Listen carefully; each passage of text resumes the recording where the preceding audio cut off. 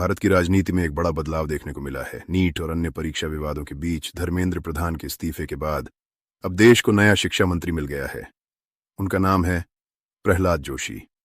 लेकिन आखिर प्रहलाद जोशी हैं कौन? क्या आप जानते हैं कि उन्होंने अपने राजनीतिक सफर की शुरुआत कहां से की थी और इससे पहले वे कौन कौन से मंत्रालय संभाल चुके हैं? आइए जानते हैं नए शिक्षा मंत्री की पूरी कहानी।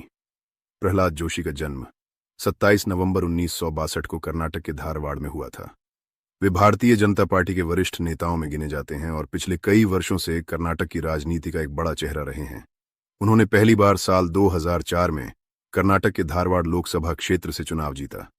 इसके बाद वे लगातार कई बार इसी सीट से सांसद चुने गए। यही नहीं, वे भाजपा की कर्नाटक इकाई के अध्यक्ष भी रह चुके हैं और संगठन में उनकी पकड़ काफी मजबूत मानी जाती है। अगर उनके मंत्री पदों की बात करें तो प्रहलाद जोशी ने केंद्र सरकार में कई अहम जिम्मेदारियां निभाई हैं। वे संसदीय कार्य मंत्री, कोयला मंत्री और खान मंत्री जैसे महत्वपूर्ण मंत्रालय संभाल चुके हैं। संसद के कामकाज को सुचारू रूप से चलाने में उनकी भूमिका की अक्सर चर्चा होती रही है। अब उन्हें देश की शिक्षा व्यवस्था की सबसे बड़ी जिम्मेदारी सौंपी गई है। ऐसे समय में जब देश में परीक्षा प्रणाली, पेपर लीक और शिक्षा सुधार को लेकर लगातार बहस चल रही है, प्रहलाद जोशी के सामने कई बड़ी चुनौतियां होंगी। देश के करोड़ों छात्र और अभिभावक अब यह जानना चाहते हैं कि क्या नए शिक्षा मंत्री शिक्षा व्यवस्था में बड़े बदलाव लाएंगे? क्या परीक्षा प्रणाली को और अधिक पारदर्शी बनाया जाएगा?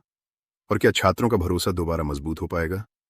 प्रहलाद जोशी का राजनीतिक अनुभव निश्चित रूप से उनके लिए एक बड़ी ताकत है, लेकिन शिक्षा मंत्रालय संभालना किसी भी नेता के लिए आसान नहीं होता। आने वाले समय में उनके फैसले तय करेंगे कि भारत की शिक्षा व्यवस्था